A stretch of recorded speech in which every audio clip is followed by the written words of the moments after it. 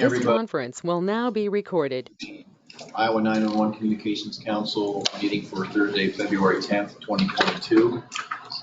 Since we're still virtual, we'll forego with the guest introductions right now, but welcome everybody who's joining us here first.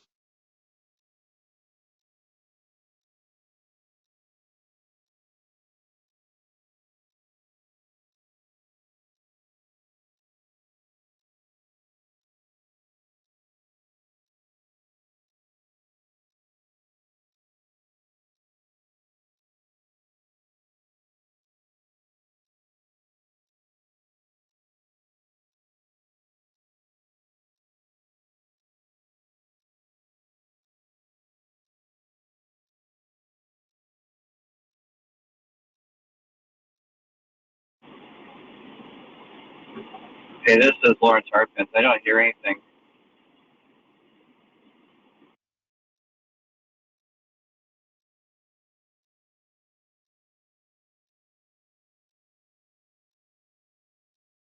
We've sent a couple messages letting them know they lost audio.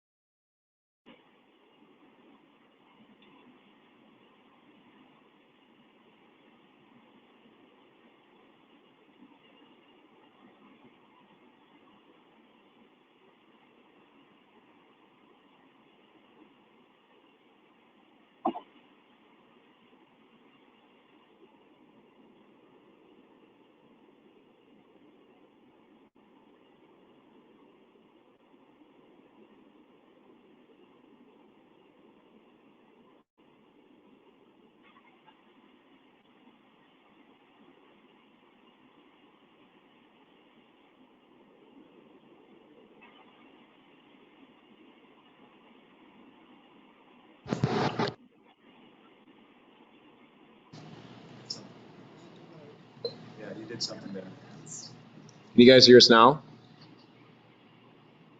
Yes. I hear you. Yes. Yeah, so we can hear you now. Okay, so Lawrence is on, Chair Rotter is here. George Griffith, are you on? Mike Bryant? Mark Murphy? I'm on. Okay. Jeff Anderson? I'm here as well. Okay. Richard Pierce? Here.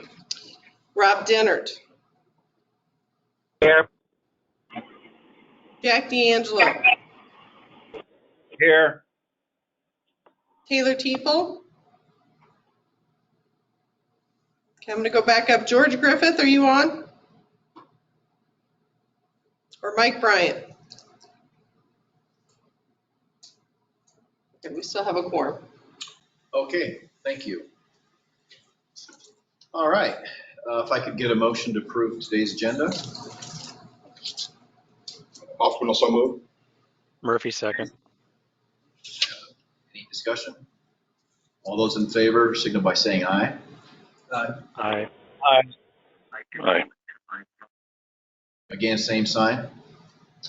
And motion carries. Okay, and then likewise for the January 13th, 2021 minutes.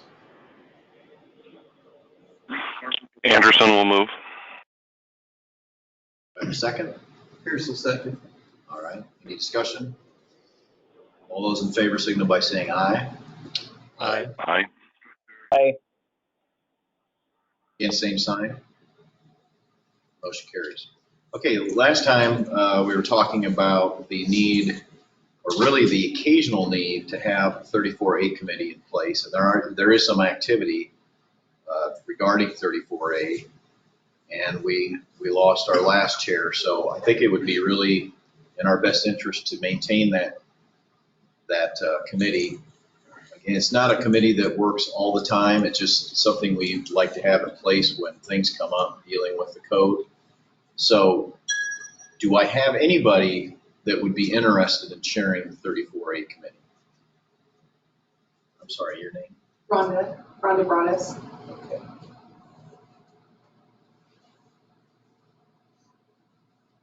Okay, so do we have any other volunteers that would be interested?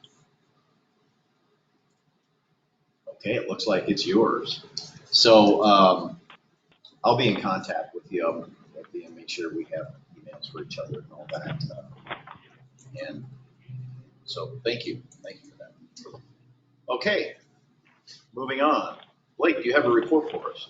I do. Let us start with the program financials. So for those in the room, there's handouts on the back, but I also have it pulled up on the screen. Sorry, it's a little small. Quarterly payments, nothing really to highlight, pretty much regular quarter, all things considered. So again, we post these to our website as well. So if you ever want to dig into what 911 service boards are remitted out of the wireless surcharge, you can feel free to peruse through that. Looking through the expenditure report, again, fairly regular quarter, we took in 7.7 in wireless surcharge, an additional $500,000 in prepaid revenue. You can see the wireless cost recovery below that is $214,000. You can see the network costs below that, basically the front end of what we pay out, basically paying the bills, Comtech, ICN, Geocom, Zetron, and the GIS grants. 60% of surcharge revenue, that goes through to the PSAPs for their funding. Just under $5 million is what we passed through. And then we transferred just over $500,000 to the operating surplus. The second box, the kind of the middle box, is the snapshot of the quarterly surplus. So you can see some of our non-recurring costs and costs for virtual as well as shared services, virtual consolidation and shared services. On the last box, one thing to highlight, it's at the very bottom, the National 911 grants. Those the performance period does close in March. We are expecting to expend all of the award that we received from the National 911 office. I think there's around $900,000 left to spend, and we do plan to spend that as well. As a reminder, we use that 911 grant to help further fund the shared services and wireline migration. So that basically frees up some of the surcharge dollars that end up getting passed through down to PSAPs at the end of the year. So you do see that a couple different directions. Again, it helps us pay our bills, but it also gets passed through to the PSAPs then. Any questions on the financials?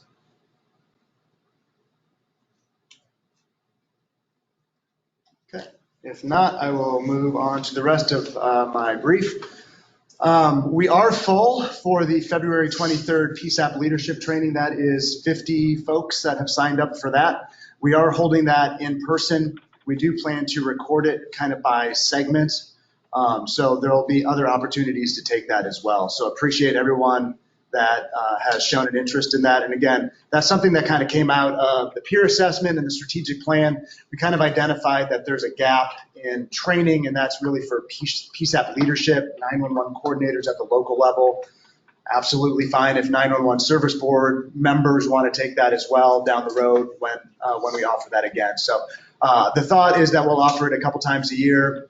Might be virtual, might be hybrid, might be in person. We're just going to kind of see how this goes. But we've had good luck and good interest so far with this course in person. Moving on, no real update on the wireline migration other than we do expect and hope to be able to send out some messaging on dual provisioning and being able to stop that. I appreciate all the telcos who have been dual provisioning in the legacy Alley database as well as the new statewide Alley database for a year and a half at this point. We've been working with Lumen and Comtech to be able to announce that. Hopefully, and I know I think I've even said this before, but hopefully that is coming soon. So you'll only have to provision your Alley into the new statewide database going forward, hopefully soon. A snapshot of where we're at on forms and the expenditure collection form. You can see who we still need those from. As a reminder, the administrative deadline to submit those to our office was January 1st. That has come and gone. The legal deadline is actually March 31st. If that deadline is missed, we have to start withholding surcharge. So we don't want to do that. Hopefully those counties get their submissions in. The service board membership is a part of your required service board plan. And those counties listed, you can see we still need those for the year. Next, we have worked with our public information folks on a logo refresh for 911, 911 Council, 911 in the state of Iowa. We think we have one that we like, but we just kind of want to get some head nods from either those in the room or those virtually. We like the one in the upper left. We've gone through a couple different versions with our folks and kind of got it narrowed down to something that we like. We tried to incorporate red and blue for fire and law, as well as yellow for telecommunicators. I particularly like the one on the left because it does have the headset in yellow, and I like the colors a little bit better. But if anyone has any other thoughts, I think we're to the point where if somebody has some major heartburn, we'll certainly consider it, but we don't want to do graphic design by committee either. So if anyone has any real heartburn, we'll listen to you. But again, just kind of want to make sure there's generally okay with the one on the top left. Head nods. Aye. Looks good. Sounds good. Thank you, everyone. I know there's an in-depth legislative portion of the agenda, but I normally do provide an update on what's going on related to 911. We can talk about things now, we can talk about it later. There are two bills of note related to 911. The first is Senate File 2153. That would allow a local emergency management commission to assume the duties of a joint 911 service board. That has had a subcommittee. I know there's some draft or proposed amendment language floating around. I don't know for sure if that'll be introduced. And then House Study Bill 612, there was a subcommittee meeting on that yesterday that would hopefully make the expenditure collection form a little bit simpler. It would strike the word comprehensive and change the costs to direct costs instead of all costs. So right now there's around 80 different line items that we ask you to submit on what your expenditures are. At first blush, that would probably drop by 20 or 30. We'd certainly look at convening stakeholders and looking at that form and seeing what we can eliminate should that pass. So there's a lot of, I think, general consensus around that bill. Any questions or comments on the legislative side? And again, you can wait until that part of the agenda as well.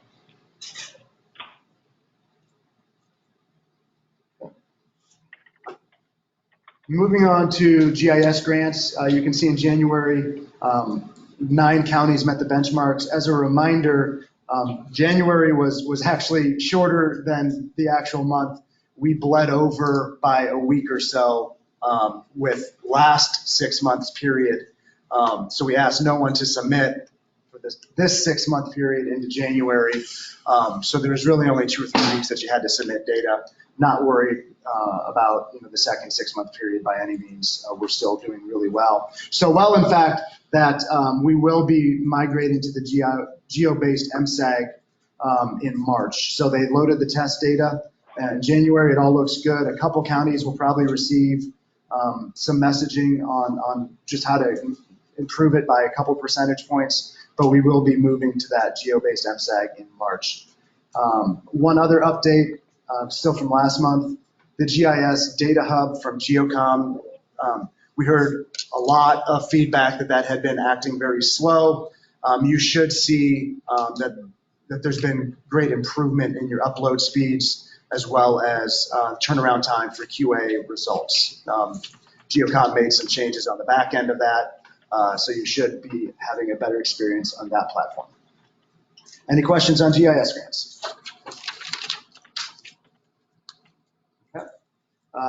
Snapshot of where we're at on the current travel, public education, and training fund. We still have $62,000 remaining, so still plenty of funding there. One thing to keep in mind that I think will come with this next month, we'll have some printing costs for the educational book that the strategic plan work group has put together. So the idea there would be to print out a good number of books, both in English and in Spanish, and make them available to PSAP. So this fund, the public education component, can fund that. Looks like we're going to have some leftover funding, so we'll come with that request next month.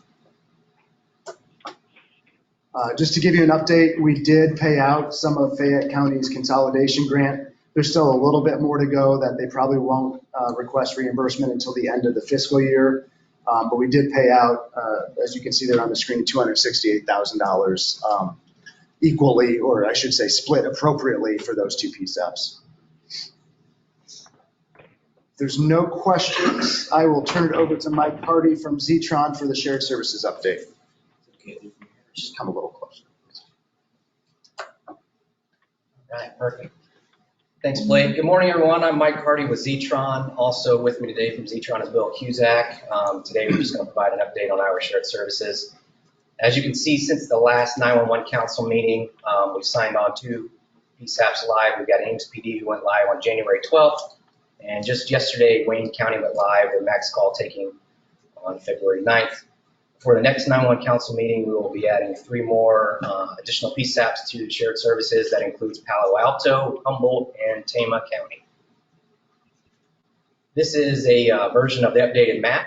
Everything you see in green highlights PSAPs that are active and live on shared services. Everything you see in yellow are PSAPs that have signed and are currently in the implementation stage, scheduled over the next few months. And if you're interested in getting some additional info in your inbox, you can sign up for the Iowa Insider newsletter. You can do that by contacting Lynn Warren. Her email address is lynn.warren@zetron.com. Thanks. Blake. All right, and I know there was a question in the chat about our website, just to where you can find the expenditure report and the PSAP payments. Our website is displayed on the screen. It's lower in the website. You have to expand the tab that says reports, I believe. So it's located there. Any questions for me? Thank you. Okay, thank you, Blake. As you mentioned, we don't have any training fund requests, and you did point out that we have $62,000 left. Do you have any idea what you think the printing costs are going to be? Roughly, we're not sure. Okay. We haven't gone out to get quotes yet. All right. Well, just be aware that there are training funds available if you're interested in putting something together. Okay. Do we have any technical advisories? Okay, hearing none. There he is. Can we get an update from ISICS from Chris Myers, please? Yes, Mr. Chair, thank you, and good morning to the council. Can everybody hear me okay on the GoTo meeting as well? We hear you. Thank you. Quick update today from the ISICS board and the things that are going on here. We've been continuing work with CISA on the Information Sharing Framework project, the CAD pilot that we're doing with them. Recent work has been several meetings and reviewing of the surveys that were going to be sent out to the PSAPs. Blake and I were pretty heavily involved in all that. That survey has been sent out to participating agencies for completion, and based on what I have for information today, several have returned those already. Once that survey is completed and returned to CISA, that data will be aggregated, and then we'll get into the next phase of the project, which will be developing the report and product. As far as the ISICS platform goes, shifting gears a little bit, we did have our scoping call for the cybersecurity assessment and audit of ISICS a couple of weeks ago. That meeting went really, really well, and we're looking forward to see the product of that process. Again, this is going to be kind of a holistic approach to cybersecurity on the radio system, and it'll give us a prioritized report on things we can improve on going forward. We also have several standards and a policy that will be up for review today regarding encryption.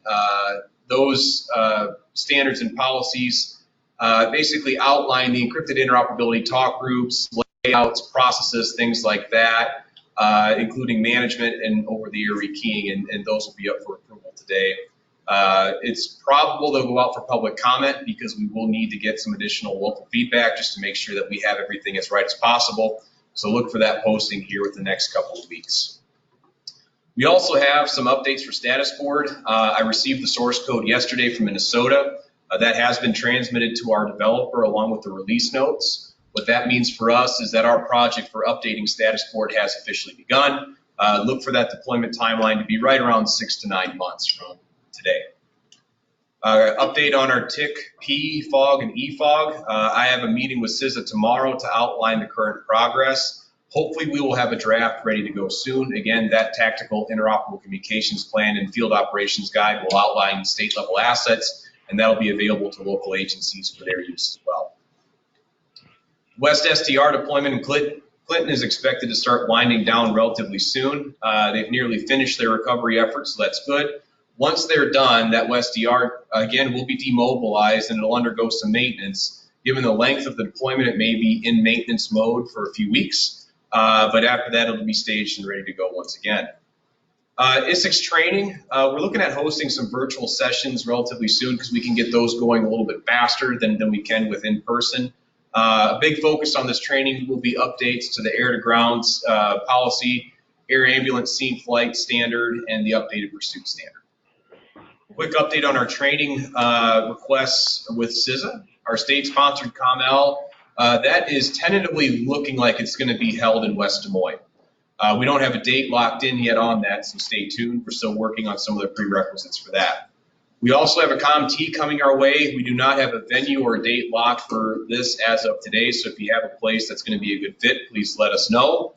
Incident tactical dispatching, we had our scoping call with CISA on this last week. Our date's going to be in mid-May, and it's going to be in Marshalltown, so look for an official announcement coming out for that pretty soon. I would say T-minus a couple of weeks, and we'll have that sign-up sheet posted. We've also been able to resurrect a COMEX that we were looking at doing right before the pandemic started. We're looking at having some initial discussions on that next week. Tentatively, we're thinking maybe Creston, and it's going to involve the county and the electrical generation unit down there, hopefully is kind of the situation. But we're looking at having a full-scale communications exercise sometime later this summer or early this fall. That'll be a good opportunity for your personnel if they've got outstanding position task books to get those completed. Keep in mind with those position task books, with the governor's emergency health proclamation expiring next week, the clock will again start on those. If you remember, we passed a directive when the pandemic started to pause the clock on those, and that was lined up with the governor's health proclamation. So if you had an outstanding task book and you had 2 years left to complete it, starting next week, you have 2 years to complete it, basically where you were when that directive was adopted. ISIX applications approved last month. Des Moines Area Regional Transit Authority was approved for level 3. Des Moines Metropolitan Wastewater and Reclamation Authority, they were approved for level 2. Previously, they were incorrectly referenced as waterworks, so we've been able to correct that within our clerical work. Minnesota Emergency Communications Networks was approved for level 1 as well, and Harrison County, their update to level 4 access was approved as well. We have 4 applications up for approval today. Farmers Electric Cooperative for level 2. Jasper County for level 2, City of Nevada level 2, and City of Osceola, which would include Clark County for level 3. For FirstNet sites, 3 new small cell nodes have been deployed. They're primarily in the metro, 2 in Urbandale and 1 in the Capitol Heights neighborhood. That's my report, Mr. Chair. I can go ahead and take any questions. Okay, thank you very much. All right, up next, excuse me, an update from U.S. Department of Homeland Security, Cybersecurity and Infrastructure Security, Jim Stromberg. Are you on the line, Jim? Good morning. Yes, I am. I have a brief report this morning. I do not have anything new to report about the hiring of a Region 7 Emergency Communications Coordinator. The most recent update is that the list of applicants has been whittled down and that interviews are forthcoming. On January 27th, CISA launched a CISA Tribal webpage. Of course, digital and physical threats impact tribal entities just like non-tribal entities, and this new website is going to aim to increase awareness and use of available services to tribal entities. And finally, Swick Myers covered all of them, the technical assistance that CISA is supporting Iowa with. It's always a pleasure to work with Iowa and support its SCIP goals. I'm happy to take your questions if you have any. Thank you. Okay, thank you, Jim. All right, and moving on to 34A, obviously we just resurrected that committee. Really anything to say at this point. I think really the most important thing is if you're interested in serving on this committee, we probably need to take a look at what our membership is in that committee. So certainly speak up the next couple of weeks and let me know, and we'll get this thing going again. It's very timely. It'd be great to have it up and working. Baseline knowledge, I don't believe we have any committee reports there. Back to the legislative issues, Blake had mentioned that there are two pieces of legislation that certainly involve 911. I can speak just a little bit on the 911 Service Board, EMA Commission, essentially saying that the EMA Commission could become one, essentially be enveloping the 911 Service Board locally. Just from what I'm hearing from both people in this business as well as legislatures, that the heartburn on that right now is just the triggering mechanism that causes that to happen, being with the Board of Supervisors exclusively. I think that's what is being grappled with right now. Certainly some people are for that. Other people would rather see a combined agreement between the Service Board and the Commission, that would be the right thing to do, and that would be what triggers that combination. But I don't think people have any issues with it that I'm aware of in the basics of EMA running 911. Certainly that's happening throughout the state in many places now. So I really think it's just, as far as I know, the triggering mechanism that causes that to happen. And that's what's being dealt with right now. I don't know if there's anybody in the room or online that wishes to speak further on that. I can speak a little bit about it. I think there's a vast difference across the state as to how well 911 boards and the EMAs in a particular county get along. And I think I think from the NENA perspective and what our leadership has examined on the bill, there's lots of concerns with it, with a change or without a change, just for the fact that I think there's an opinion that there's already mechanisms that allow those two entities to agree to sharing issues or to cooperation. There are already ways that they can do it for the most part, and that this kind of muddies the water, so to speak, and really allows, as you said, the Board of Supervisors to make a vast change. Even with some amendments that have been floated around, our leadership isn't thrilled about the legislation one way or the other. And so we're grappling with that currently right now. And discussions are ongoing, but the vast opinion is that it's not great. Yeah, and my gut instinct on this is that if one board always has the authority to dissolve another board, then doesn't that board almost control the other board? So I think that's certainly agreed. I think that part of the design of 911 boards to begin with was to insulate it from politics, and so that those that are actually directly involved in running response agencies are those that inform 911 spending, and this seems to change that dynamic quite a bit, and I think that's that is concerning. We certainly know of instances across the state where 911 boards do get involved in political issues with the boards of supervisors and things like that, and how does this legislation change that balance of power? We really don't know, and I think the apprehension is that the unintended consequences are always looming on something like this, and even a bill with good intentions could end up shifting things in unforeseen ways that might be forever damaging in one way or another. And I think that's the major concern. lift section. Okay. Anybody else? Okay, and then, of course, the other one, the House 612, dealing with the expense reports. I don't know, Blake, it seems to me that this is probably going to work its way out. I think there's just some question of the involvement of whether the state auditor will be involved or not. I think that's really kind of the only issue that's being worked out. How that's going to turn out, I don't know, but I'm pretty confident that we're going to see an easier, more friendly expense report coming. There are two different versions of that.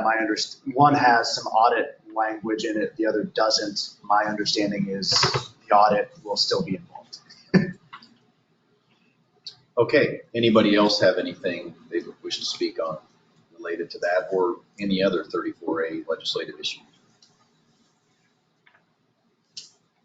Okay, hearing none. Do we have any information sharing by council members?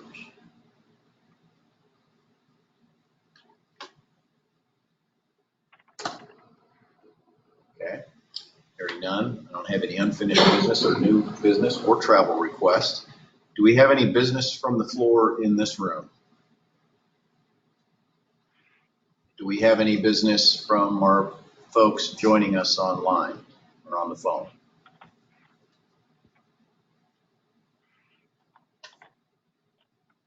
Okay, hearing none, I would certainly entertain a motion to adjourn then. So moved. Okay. Second. All those in favor? Aye. Thank you, everybody.